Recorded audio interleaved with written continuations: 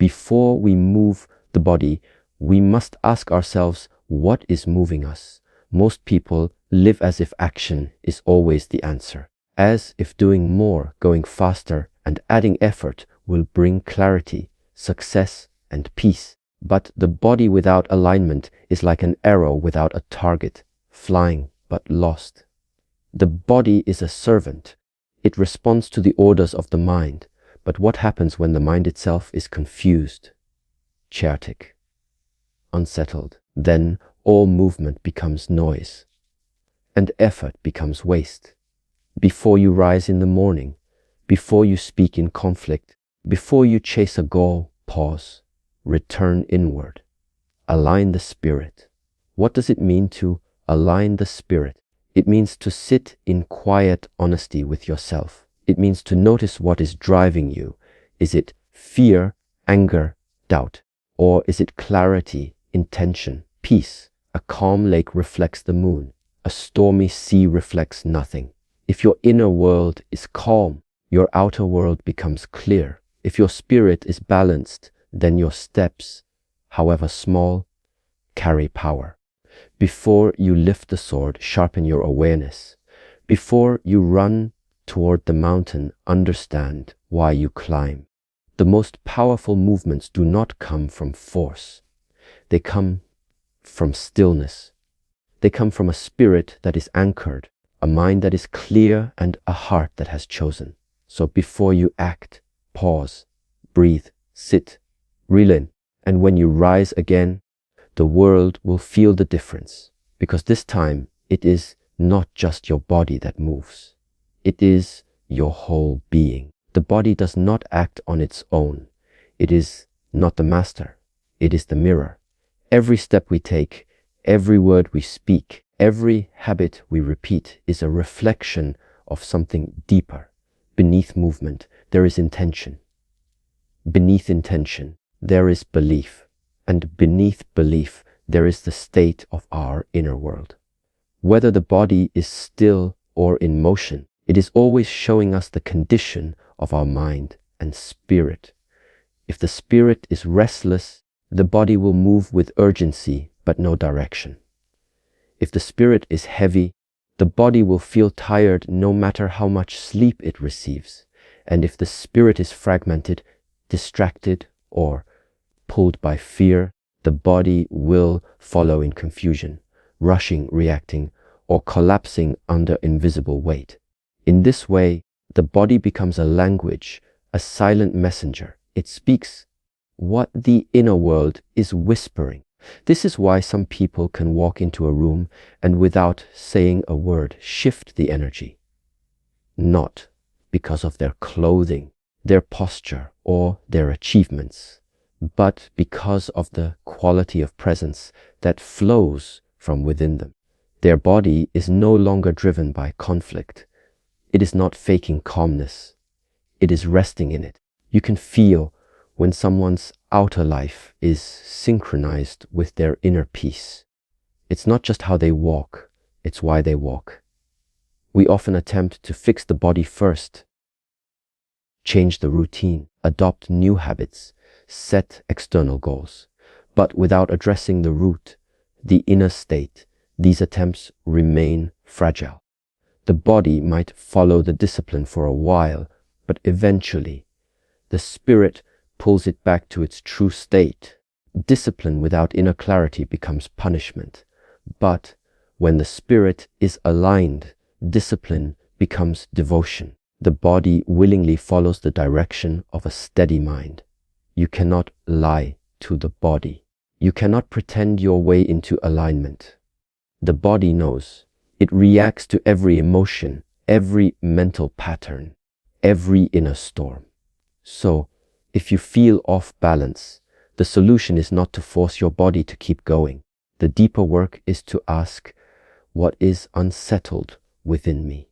When you realign the inner world, the outer world begins to move with grace, because the body, at last, is receiving true guidance. Before every action, there is a motive, but not all motives are understood. Most people act without truly seeing the seed from which their actions grow. They are pushed by invisible forces, by restlessness, by insecurity, by the need to prove something. They move quickly, but they do not move consciously. They chase goals, but they have never questioned whether those goals are truly their own. This is what it means to be misaligned AD, to act outwardly while being blind inwardly. To align the spirit is not to simply sit in silence. It is to listen deeply and to ask yourself with honesty, why am I doing this? Not just what you want to achieve, but what energy is driving the action. Is it fear disguised as ambition? Is it guilt masked as discipline? Or is it a quiet clarity, a sense of purpose that does not demand applause? Alignment does not begin with movement. It begins with understanding. Before you set the direction of your life, you must first examine the hands that are holding the compass. When you become conscious of your intention, your entire way of living changes. Decisions become lighter because they are not burdened with confusion. You no longer feel the need to prove your worth because your intention is not rooted in ego. You begin to speak less but with more impact. You begin to do less but with more presence. In this way, aligned intention becomes the silent architect of meaningful action. It designs your path not with force, but with inner precision. Many people seek results without checking the quality of their intention. But intention is like the soil beneath the tree. No matter how much water you pour, if the soil is poisoned by unconscious desires, the tree will grow distorted. It may appear successful, but inside it is hollow. Intention is not about being good or bad. It is about being awake. Awake to the real reasons you do what you do. When you become aware of that, you gain a quiet power, the power to choose differently. To move the body without checking the intention is to fire an arrow without aiming. You may hit something, but it won't be the target that brings peace. So before movement, pause. Before speech, observe. Before decisions, feel. Alignment is not something you chase. It is something you return to again and again through self-honesty, reflection, and inner stillness. And in that space, intention is no longer hidden. It becomes your guide. In a world that rewards movement, stillness is often misunderstood. People associate it with laziness, hesitation, or lack of ambition. But stillness in its true form is not absence. It is presence without distraction. It is a deliberate state of readiness. Like a drawn bow that has not yet released the arrow, stillness contains hidden power. It is the gathering of energy, the sharpening of awareness, the calming of the storm before the strike. It is not weakness. It is wisdom. The strongest warriors do not rush into battle. They wait. They observe. They prepare the mind long before they move the body. This principle applies not only to martial arts, but to every part of life. Before the artist paints, there is stillness. Before the musician plays, there is silence. Before the speaker speaks, there is breath. If you skip the stillness, your action becomes unrooted, impulsive, noisy, often regrettable. But when you learn to sit with stillness, your action becomes precise and powerful. Stillness reveals what movement often hides. When you are constantly doing, running, reacting, you escape yourself. But in stillness, there is nowhere to run. You meet your own thoughts. You feel your own breath. You become intimate with your emotions. This is why stillness is uncomfortable for many, because it demands honesty. Yet, it is this very honesty that makes preparation complete. You cannot truly act with clarity unless you've first seen clearly within yourself. Preparation is not always visible. A tree may appear still for years, But beneath the surface, roots are stretching deep into the earth. One day, when the time is right, it breaks through the surface and grows with grace. But without those unseen years of stillness, the growth would collapse under its own weight.